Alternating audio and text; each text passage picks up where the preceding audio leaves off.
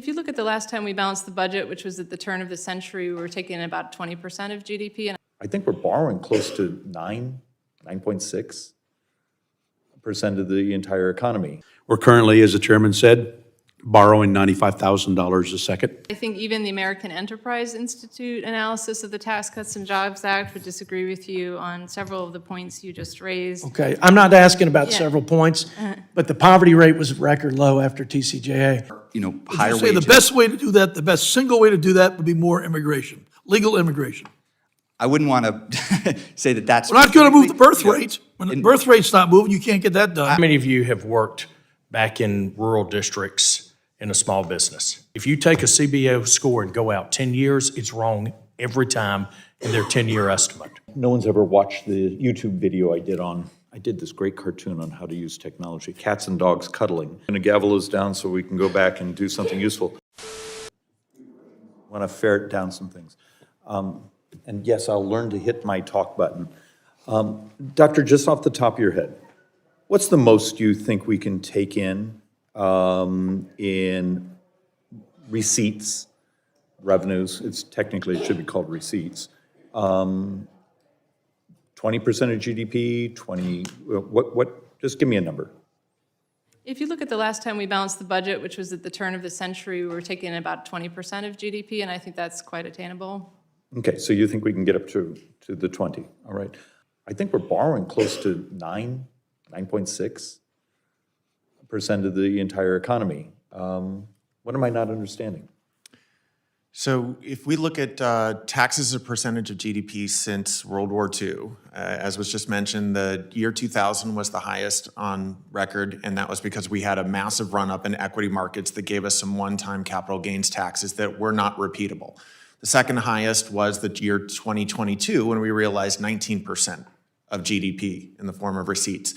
So if you are going to only put those making above $400,000 on the table as those potentially going to pay higher taxes, and you extend the Tax Cuts and Jobs Act for everyone below $400,000, as you said, you're coming in with another 1 to 1.5% of GDP. That doesn't get us to the level that you're talking about, which, as I said, is above the highest level we've ever seen. In order to get to those rates that CBO was projecting 12 years ago, you have to assume massive increases in middle-class taxes from bracket creep that Congress would not have undone. That's, if you are going to go after where there's significant revenue, you're going to have to go well below $400,000 by not inflation adjusting many of the areas where tax rates get modified. Would you agree that we're not going to solve those challenges without a larger pipeline of legal documented immigration? Mr. Chairman, the way that I explain the demographic challenge to people is that for about 40 years, we had about 3.3 workers for every senior. We're at about 2.8 right now, and we're on our way to 2.3. The way that our major entitlement programs, major Social Security program is structured is that it's cash flow neutral at about 3. And so if you go from 3.3 to 2.3, that's a massive shift in demography. If you look at the entire population increase. How do you reverse that?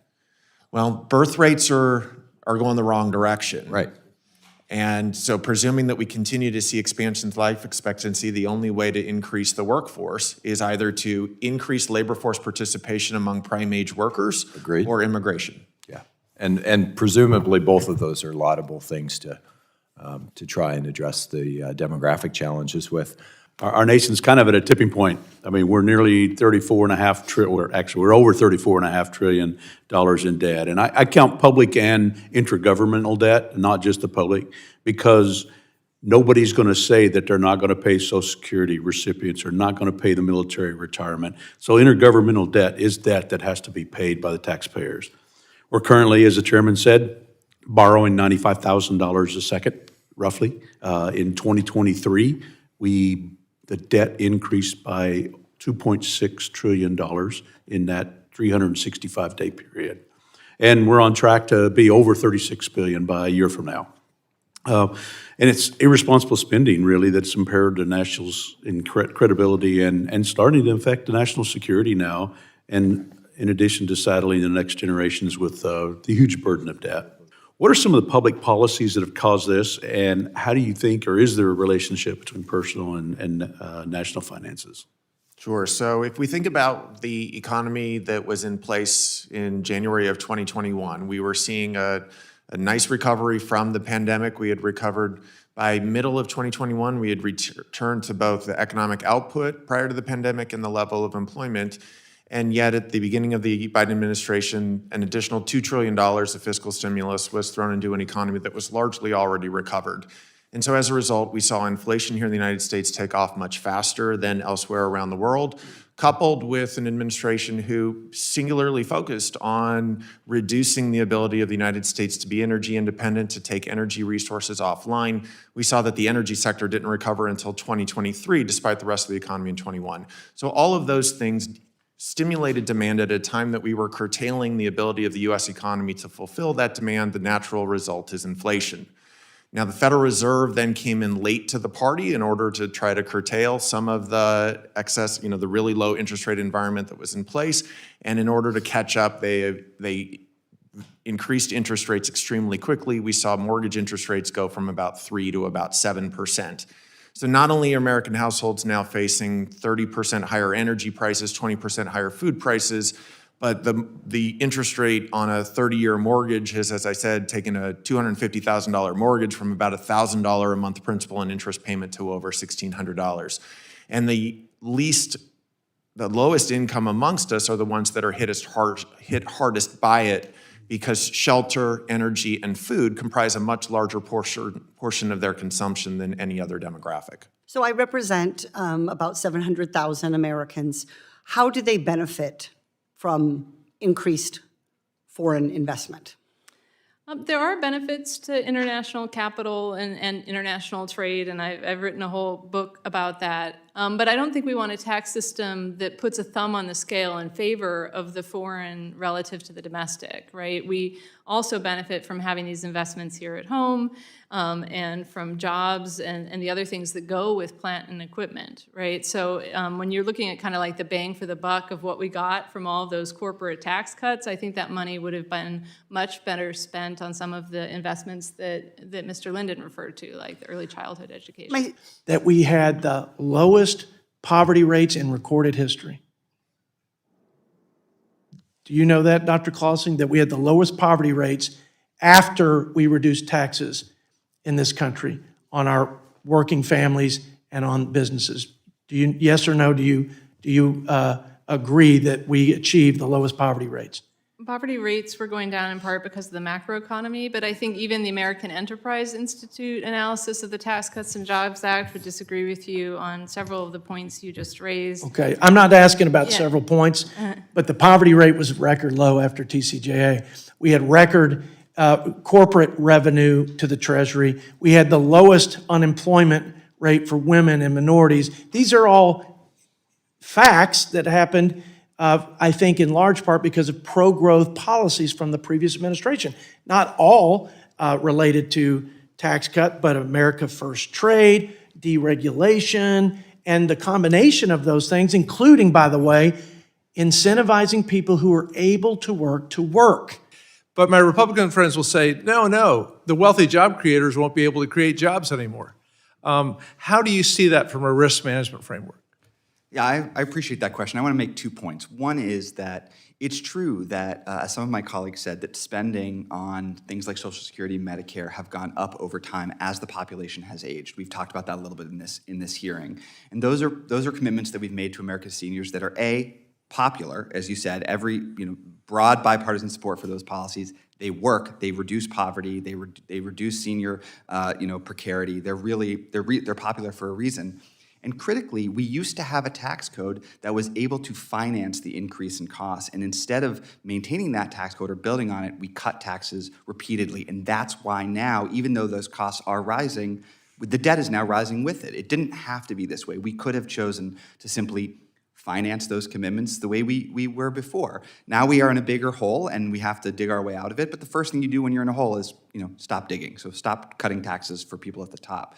And that brings me to my second point, which is, look, At the end of the day, where does economic growth come from? Does it come from the titans of industry sitting in boardrooms deciding how many jobs they're going to create in a day? No, it doesn't. It comes from customers, it comes from workers, it comes from families doing their best from day to day, and that's where you want to invest. That's why we see the evidence that we do, that investing in middle-class families and low-income families produces broad-based economic growth. It doesn't come from giving tax cuts to people at the very top. I've read your testimony as well, but you said here you think there's you think the evidence of high debt being a problem is mixed. So are you not concerned? I mean, as far as we can see, revenues are on a certain line, and even if we make changes to revenue, and then spending is another one, so the gap's going to continue to increase. Like, is that not, you don't think that's a legitimate concern? Oh, I do think it's a legitimate concern. I think Okay. risks... At what level? Well, that's the question, right? Risks are different than certainties. And if you'd asked people 10 years ago, they would have said 90% of GDP, that's the threshold. If we're there, then things fall apart. And that turned out to not be true. And if you'd asked people before that, they would have given you a different number. And I think the point that I really want to make is we should, instead of saying we are definitely headed for a calamity and therefore we're willing to do anything we can to avoid that calamity, we should take the risks seriously, look at what the evidence actually says. Does higher debt inevitably lead to higher interest rates? The answer to that question is no, by our historical experience. Could it lead to higher interest rates? Yes, and that's why we need to be thoughtful about these. Are you concerned about a possible sovereign debt crisis at some point? And what I'm talking about is where people buying the treasuries no longer believe that the U.S. has the ability to repay, and so they stop buying treasuries. I mean, that would be, first of all, you agree that would be a calamity. That would be very bad. Yeah. Are you concerned? I think the way that we want to reduce the risk of something like that happening, to be clear, no evidence that we're on the cusp of that or anything like that. Yeah.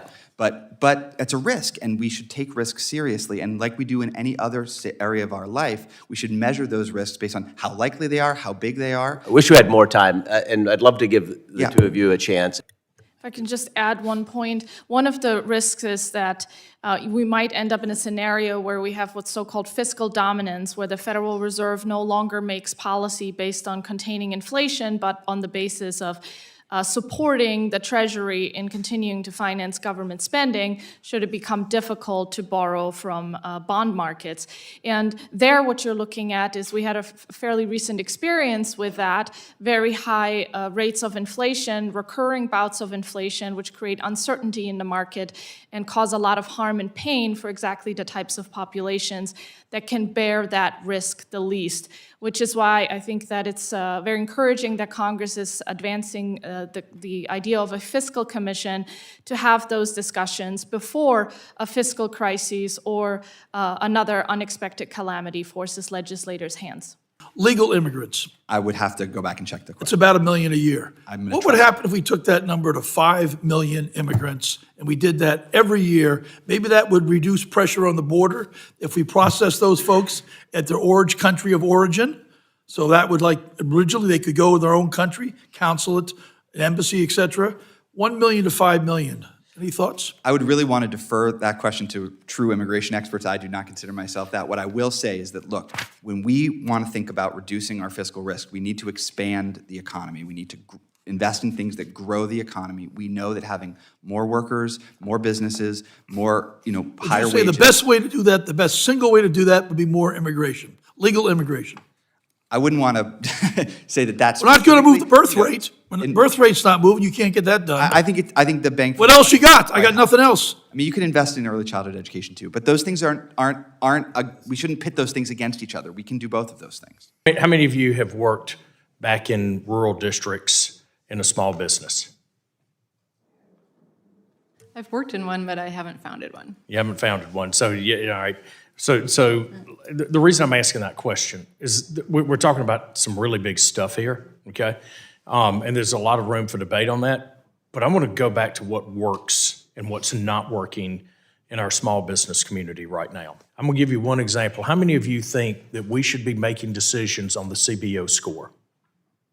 The Congressional Budget Office scoring of when we do policy, how many of you think that we should actually be using that number as the basis for our decision? Okay? It is wildly wrong. If you take a CBO score and go out 10 years, it's wrong every time in their 10-year estimate, almost every single time. They use static scoring instead of dynamic scoring. Let me give you a perfect example. On paper, if you look at the Affordable Care Act, it said that we would have better access, better utilization, better outcomes, and lower cost. Well, let's look at where we are based off of CBO scoring. The first question is America healthier now than it was a decade ago? The answer is no. Are costs up or down? Costs are up. We may have better access, but do we have better utilization of the system? The answer is no. If the answer is raising taxes, would you simultaneously be willing to greatly reduce the regulatory burden? Not necessarily the goals of what you want the regulation to be, but the prescriptive nature in which those regulations are applied to multinationals as well as small businesses. I think there's room for streamlining some regulations, but I wouldn't take them to zero. I think they serve a very useful purpose in some. Yeah. But there's room to streamline. Yeah. Thank you. Thank you for your indulgence, Mr. Chairman. I yield back. Hey, there's most people, I didn't really actually want that loud. No, Ms. Beyer, something quick. Just the quick thing to pull on Dr. Ferguson, yes. If we could get the 16.5% back up to the 20 that it was back 20 years ago when George W. Bush was president, we have to be open to spending cuts and to regulatory reform. Absolutely.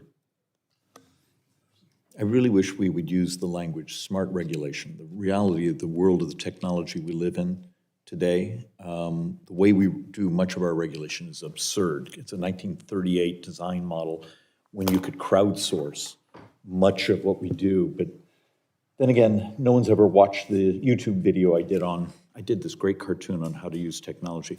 I mean, give me an opinion. Do we play actually a shell game with ourselves? It, to me, depends on the question that you're asking. So if you're asking where market interest rates are going to find their equilibrium, then it's publicly held debt that's relevant, right? But if you want to understand what are the long-term obligations, as, again, somebody who oversaw the trustees process for Social Security and Medicare, we very much want to make sure that the revenue stream that comes from the trust fund's assets are incorporated into the expectations of being able to finance Social Security and Medicare. So depending on the question you're asking, it's going to vary which measure. Okay, so it's more the unfunded liability. And Mr. Linden actually sort of This is a really great point. Almost touched on this actually when you were talking. To be very, very clear, so we're all clear, CBO's long-term projections essentially do that. They assume that all obligations in Social Security and Medicare will be fully paid regardless of the status of the trust fund. And that's what, but that's, you're sort of making my point. The publicly held debt projections in the CBO's projections are an accurate reflection of our obligations. And that's why publicly held debt is the right way to think about it. It's not that the intergovernmental debt is not real. It absolutely is. I completely agree with you. Those are real obligations that the government will have to pay. But it is fully captured in the CBO projections of publicly held debt. Yeah, but in realizing that every month we've been functionally, it is a effect of our current borrow because I don't think we have, other than government employees, really any major trust funds that are actually growing. All of them are bleeding. And so now each are a negative draw.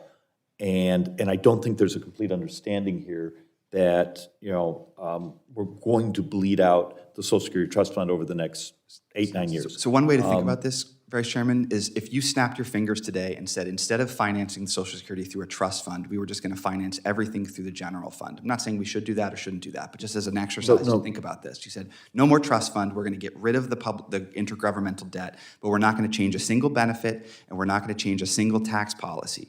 Would that change the projections? No, the long run stays exactly the same. But it stays exactly the same because those trust funds are basically gone. Right, because we already assume that we will, those projections assume that we will pay those obligations. Yeah, well, of course. So that's why it's very important to, I don't focus on the intergovernmental debt for economic reasons because the obligations are fully captured in the debt projections. Okay, Mr. Beyer, and no, do this. I actually like the conversation model. It drives the poor witnesses insane, but it makes me happy. Well, as long as I just wanted to, I read a number of interesting articles over the weekend about how we've gone from a global savings glut to a global savings drought, that it is drying up almost everywhere. And I'd be really interested, I don't know who to ask the question to, about what you think that's going to end up doing to interest rates. It's actually a brilliant question. So there's been an interesting hypothesis that one of the things the pandemic did is it changed people's willingness to delay consumption. So if you think about the savings rate, sorry to get really finance professor nerdy on you, but savings is essentially the compensation for deferring consumption, right? And so to the extent that people equate consuming now versus consuming later, that's going to drive your interest rate in equilibrium. Now, if what the pandemic did is it made people think more about today because tomorrow, so much because of death, but because you may all of a sudden be locked down for 2 years, we're seeing this much greater desire to, there seems to be a less sensitivity to things like spending on vacations. People are willing to do it because you never know when you're going to get locked down. That means that there's going to be a savings reduction. Or you're going to have a higher interest rate in order to induce the same amount of savings to finance the outstanding debt. I would add a further point, and that is that, as the Vice Chair mentioned earlier, this is also a demographic reality, because one thing that also happened during the pandemic is that more older individuals that could still work decided to retire early. And so you have a large population moving into the consumption phase of their life, of their later years, rather than continuing to produce, invest, and save. So we must not lose sight of the fact that this is also, the pandemic pulled forward the effects of the aging society on our macroeconomy, and this is reflected in lower savings. And what that will result in is that there will be less capital available for investment, so we should be extra careful when we think about raising taxes on capital that will affect investment, because we no longer have the benefit of the savings glut we had previously, which offset some of the pressures from higher government borrowing on interest rates. We benefited from this for a very long time, but that period is likely over now. I'm saying, okay, if he wants to affect basis, we should at least have an inflation calculator in there. Inflation is definitely part of the situation, but one thing to bear in mind is that investors also benefit from deferral, right? When you earn income year after year, somebody takes out the money every single time you earn it, right? Whereas if you have something invested, right, in that whole time that it's growing free of tax, it's going to grow to a much larger number than it would otherwise, right? And that deferral advantage is much larger than the inflation disadvantage. You're exactly right. You need to adjust to it, but being someone who actually managed some resources, what we would often do is just borrow off of it. Yeah, I mean, you can borrow against it. Duck? Yeah, so to the Congressman's earlier question, I've never really particularly understood why I think the basis step up existed because if you go back decades, it was very difficult for heirs to figure out what was the original basis of the asset when my forebearers originally purchased it. If you look at the electronification of financial record keeping, I think that that's a much less salient argument today. And to be honest, I would much rather see the sale of the asset be the taxable event than the death of the owner be the taxable event. And so if you were to ask me, I would prefer a basis step up over an estate tax. I think that's a much more economically efficient way to go after accumulated capital gains. If we're really going after stuff right now, I would also say that I don't think that people should be able to borrow. Again, I'm speaking entirely for myself now.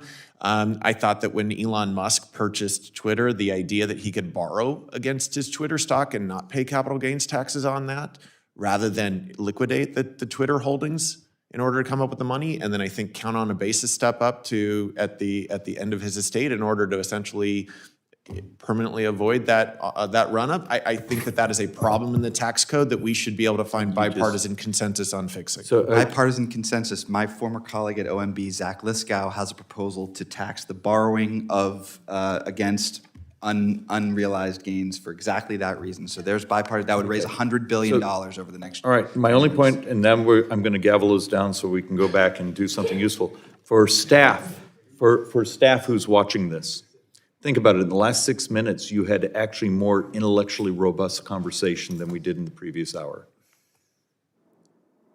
Help us figure out a way to do more of this. With that, we're adjourned.